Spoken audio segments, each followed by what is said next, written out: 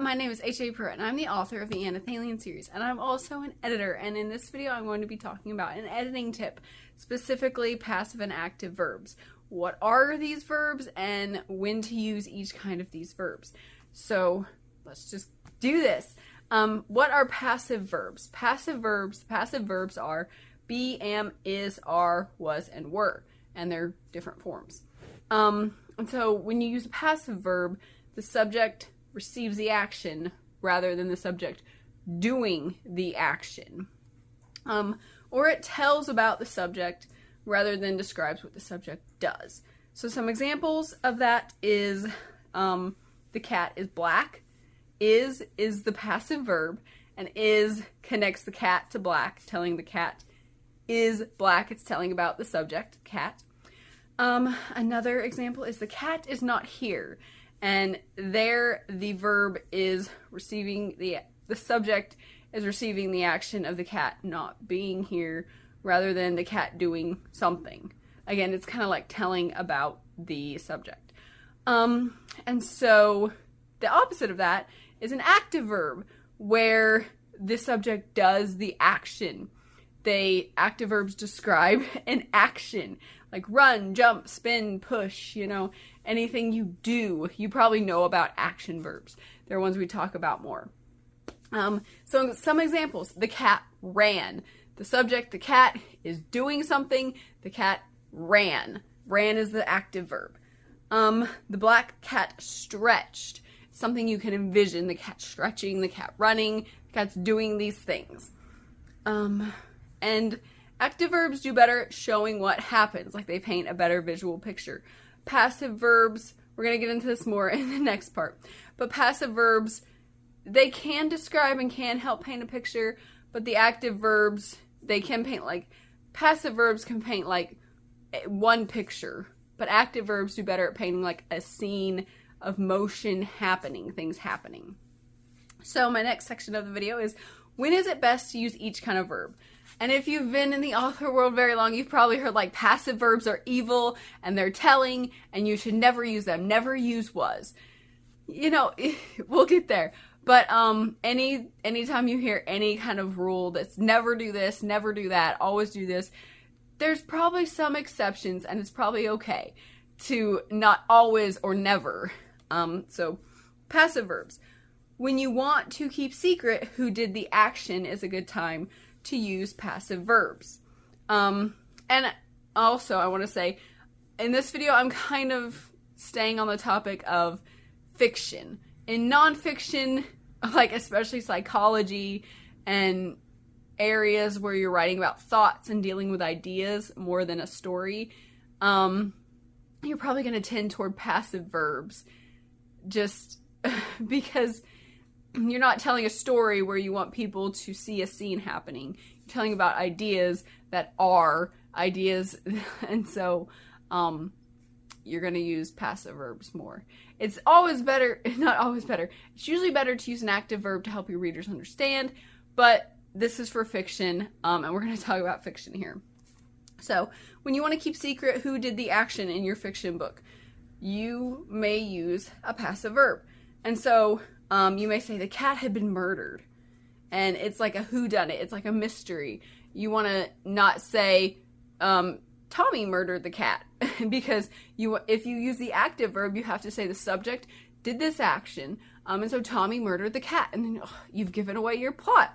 And so using a passive verb can keep secret who does the action. That's one of the sentences where the subject receives the action of the verb, doesn't do the action of the verb. It keeps it secret. It doesn't let you know who did it. Also, another example I wrote down, the jewels are gone. Again, you don't want to say who took the jewels, you don't want to say why they're taken, and maybe your character doesn't know something. Not necessarily a mystery, but they see the rock was moved, and they don't really know why. That's not the best example, because was moved, okay. That's not the best example, but the idea that maybe your character doesn't know who did this or why this happened, then you may use a passive verb because they don't know who did the action. They don't know what happened there. And so you may use that passive verb. And that's okay to use that there, because if your character doesn't know, you don't want to reveal things and get into a whole different issue of skipping around in point of view and voice and all that. And also, another time to use passive verbs is if you're writing fiction. It's usually better to use active verbs. But passive verbs tend to tell facts rather than help readers build a mental image. And so if you need to get a fact out to your reader, like the cat was black, and then move on with what's happening, that's okay to do just like a fact like that. But you don't want to use a bunch of passive verbs all at once to describe something. Like, I wrote an example. Like, this would be overused. Don't do this. The cat is big. The cat is black. The cat is mean. Instead, you'd want to use active verbs there and change up your description so that it's not just the cat is this, the cat is this, the cat is this, because then you get a very static picture instead of having a scene going and you like stop the action. Like I said, it's okay if you like in your description, you can't think of any other way to describe something without getting into this big long thing that you don't need to do. Like if you're in the middle of a battle and you need to say like, he was big. It's okay to say he was big, like talking about the enemy, and then move on instead of saying the big enemy took out his sword and ran toward me. If you want to like get your action out fast, it's okay to use that quick, he was big, and move on with something else. And on the other side of that, we'll talk about how to like rewrite that in a second with active verbs. So active verbs, the best time to use them is when you want to create a description that readers can see playing out. When you don't want just like a quick picture, when you want to create this scene like the readers are walking through it, like the movie camera is going through it. If you want that kind of effect, use an active verb. So the opposite example, the passive verbs example was the cat is big, the cat is black, the cat is mean.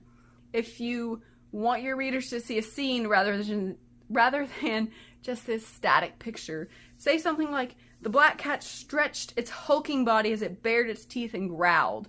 Instead of telling me the cat is mean, I'm showing you it's baring its teeth and it's growling. And that gives this image of, like,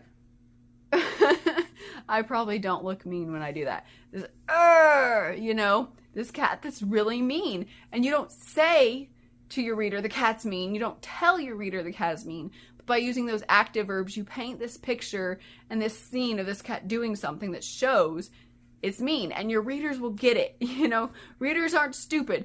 They pick up on things when you use these active verbs. They pick up on what you're trying to show, what you're trying to paint a picture of, and they get it because it's vivid when you use those active verbs. So, again, to summarize everything, active verbs usually work best in fiction, but don't feel like passive verbs are totally off limits. Try to use an active verb, but if you can't do so without disturbing your style, without disturbing the flow, without disturbing the pace, like I talked about earlier, don't worry over using a passive verb.